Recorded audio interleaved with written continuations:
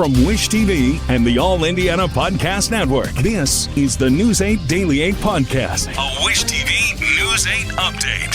Hi, this is Hannah Mordeau, and this is your News 8 Daily for Thursday, May 1st. We've flipped to May, but we're still feeling the same old showers that we had in April. Get ready for a soggy start to your Thursday. By this afternoon and evening, we might even have the chance for some strong to severe storms. Police say the person killed in a Southside shooting overnight is male. They did not say his age. Officers were called just before 12:30 this morning to a strip mall near Madison Avenue and East Stop 11 Road. Police say they found the person with gunshot wounds behind the business. He later died at a hospital. There's no word yet on any possible suspects or what may have led to the gunfire. State police are hailing a library visitor as a hero for tackling a man accused of firing a shot toward two workers in the building. It happened at the Jackson County Library in Seymour. News 8's Danielle Zukowski has the details on the suspect and who he may have been trying to target. This is 18-year-old Emiliano Cuevas Bravo. Indiana State Police arrested him after authorities say he fired a gun inside the library. Lone male entered the front of the library. He fired at least one shot from a long gun in the kind of lobby area of the library. Witnesses say they heard him say he was going to shoot someone. The teen made his way upstairs where he put down the gun. That's when a library patron tackled him. Enough can't be said about the actions of the patron inside the library and the actions that he took. Very heroic and brave, and fortunately appears that possibly could have saved others from being injured more severely. This entire incident lasted less than 2 minutes. The information was that the suspect may be detained at that point, but officers arrived very quickly. Indiana State Police later learned the gunman first targeted a Seymour Police Department school resource officer stationed at the Seymour High School. He never entered the school and then went to the library. He is also charged with 1 count of each criminal recklessness with a deadly weapon and intimidation. There were no injuries or fatalities related to the gunshot. I'm Danielle Zolkowski for Wish TV and WishTV.com. The former chair board for Carmel Chrstkindlemarkt has filed a defamation lawsuit against the city's mayor. In the lawsuit, Susan McDermott says Mayor Sue Finkum falsely accused her of withholding financial information from the city. McDermott also accuses the mayor of making public comments that harm McDermott's reputation and ability to find other jobs. In October of last year, Mayor Finkum fired 2 of the holiday market's board members. Their replacements helped approve changes the mayor says will lead to better financial oversight. Governor Mike Braun has made his first public comments about the current controversy involving the lieutenant governor. News 8's government reporter Garrett Berquist spoke to Braun about Micah Beckwith's 3/5 compromise comments. They also discussed a decision giving Braun more power over Indiana University.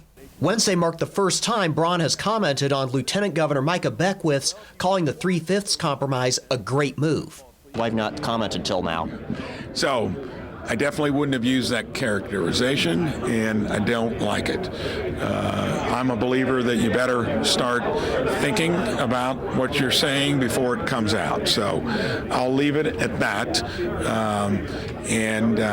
I think that you don't want to make headlines the wrong way because it takes away from the substance of what you're trying to do in general. So that'll be the end of my comment on it. Braun also addressed a last-minute addition to the state budget bill. It converts 3 positions on the IU Board of Trustees that were elected by the Alumni Association into appointments by the governor. Did IU President Pamela Whitten request that change to the IU board? No. I think that came collectively from folks in the legislature. I did not say that I was against it. Braun says only a small percentage of IU alumni voted on the trustees, so he doesn't think they represent the wishes of all alumni. He says right now he plans to let the 3 alumni-elected trustees on the board finish out their terms. The budget bill now on his desk cuts public health funding. Public health departments told me on Tuesday they'll have to put new programs on hold. Braun says the cuts don't have to mean fewer services. Don't ever mistake that you got to have more money to do things better with. That's called anti-productivity. When you come up with better ideas, you may need more money to invest, and there's nothing wrong with that. But in most cases, when it comes to government, you got plenty of money. You just got to learn how to spend it better.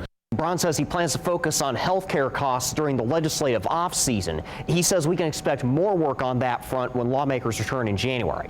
I'm Garrett Bergquist for Wish TV and WishTV.com. The new budget currently on Governor Braun's desk would eliminate millions of dollars in state funding for public broadcasters. IT Mate's Tim Spears reports that it's part of a Republican push that could lead to some local stations closing. It's not just Big Bird in big trouble. It is absolutely not just Big Bird, particularly in rural communities where we're the only access point for information, for news, forms of entertainment. The final state budget sent to Governor Mike Braun cuts more than $7 million of funding for 17 Indiana public broadcasting stations over the next 2 years. That's $590,000 a year for WFYI, which carries PBS and NPR in Indianapolis. Most of our stations are located in much smaller rural communities and provide an important lifeline. Indiana Public Broadcasting Station's executive director Mark Newman says the cuts came with no warning. Zero. It will cost WFYI about 4% of its operating budget, about 10% for South Bend's PBS station WNIT, and roughly 17% for Evansville WNIN. On Capitol Hill, Indiana Senator Jim Banks has introduced legislation to end federal funding specifically for NPR, writing, "Taxpayers shouldn't be forced to fund NPR's liberal propaganda. If NPR can't stay afloat without government funding, that tells you all you need to know about the quality of their news." Some of the threats to federal funding seem to be over perceived bias from PBS or NPR. Do you believe that had anything to do with the cuts to state funding? I don't. I don't. I think that this was a fiscal decision. A casualty of Indiana's unexpected $2.4 billion revenue shortfall. Now, these stations face potential federal cuts, which would be even more impactful. The White House is reportedly considering whether to ask Congress to claw back $1.1 billion in public media funding. That's already been approved. Stations are now finding ways to adjust and hopefully stay on air. It's conceivable that some of them could close up shop. Reporting in Indianapolis, Tim Spears for Wish TV and WishTV.com. Some nonprofits in Indiana are also bracing for state budget cuts. That includes We Bloom, a group based in downtown Indianapolis. News 8's Hernan Gutierrez talked with the leaders about the shortfall. They tell me that those cuts account for about 50% of its operating budget. They use that money to fund the Recovery Cafe, Indy, which connects people with resources for mental health, substance use, and transitioning for life after prison, among other things. It's part of a greater network of 20 other recovery cafes in Indiana. In total, they will all lose about $2 million. Leaders are now turning to the community to help keep their programs going. Welcome me like they didn't ask where you come from, what you want, what you doing. They just said sign in. And for many members of the Recovery Cafe Indy, their time starts with a cup of coffee and a conversation. So what else you got to do for the rest? Reggie Scruggs first came to the group after spending nearly 40 years in prison. Coming here allowed me to take my focus off of that situation, turn my focus into giving back, because all my life I took. All the Recovery Cafe staff that's here right now plays a pivotal part in who I am right now. Based in downtown Indy, the space hosts workshops, peer-led discussions, and other programs to help people get on the road to recovery. Rhiannon Clayton manages the cafe and says it doesn't matter what a person is going through, they can help connect them to the right resources. We believe everyone's recovering from something. Our number one priority is getting to know you as a human, not necessarily you as any mistakes or things that have happened to you. The Recovery Cafe Indy's parent organization, We Bloom, just had its funding slashed by state budget cuts in the middle of renovations to its new 3-story building. Tania Jackson says it's a pivotal time for the group. We've been trying really hard and working hard to build new relationships so that even though we are having that deficit from our government funding, that we can continue to operate. The new home already hosts the Recovery Cafe on the first floor. Eventually, it will also have space for other nonprofits on the second and youth programming on the third floor. Jackson is hopeful the community can help them get through the snags in funding, allowing them to continue to bloom. We want to make sure that we can continue to grow and reach everyone who wants to be a part of this program, everyone who wants to be in recovery. Tomorrow, the Recovery Cafe is looking to connect with people who work with people in need of recovery services and who can contribute to their mission.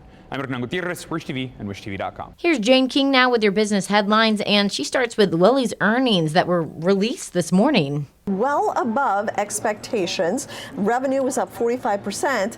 Now, sales and revenue for the Mounjaro, Zepbound, the weight loss drugs, up 57%. So still continues to be a huge success for Lilly. The CEO, David Ricks, says they're launching now in China and India and still working and going through clinical trials for the once daily weight loss pill. So currently their injections are working on a pill. Now, CVS also announced this morning that it has a deal with Novo Nordisk, that's the company behind Wegovy, to make it easier to access to that drug. So that's a competitor of Lilly, and we'll see how that impacts Lilly shares as they trade today.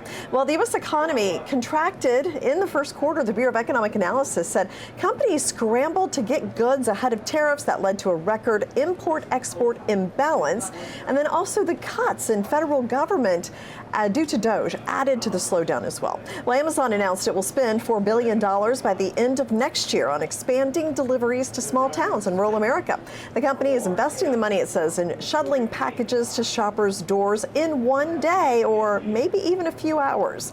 Once the expansion is complete next year, more than 200 delivery stations will be added, and that will triple the size of Amazon's rural delivery network. Well, frustrated sellers are cutting house prices by tens of thousands of dollars as buyers grow more selective. The typical home seller is asking for 9% more than what the home eventually sells for, according to Redfin. Sellers are increasingly handing out concessions because the housing market is starting to tilt in favor of buyers.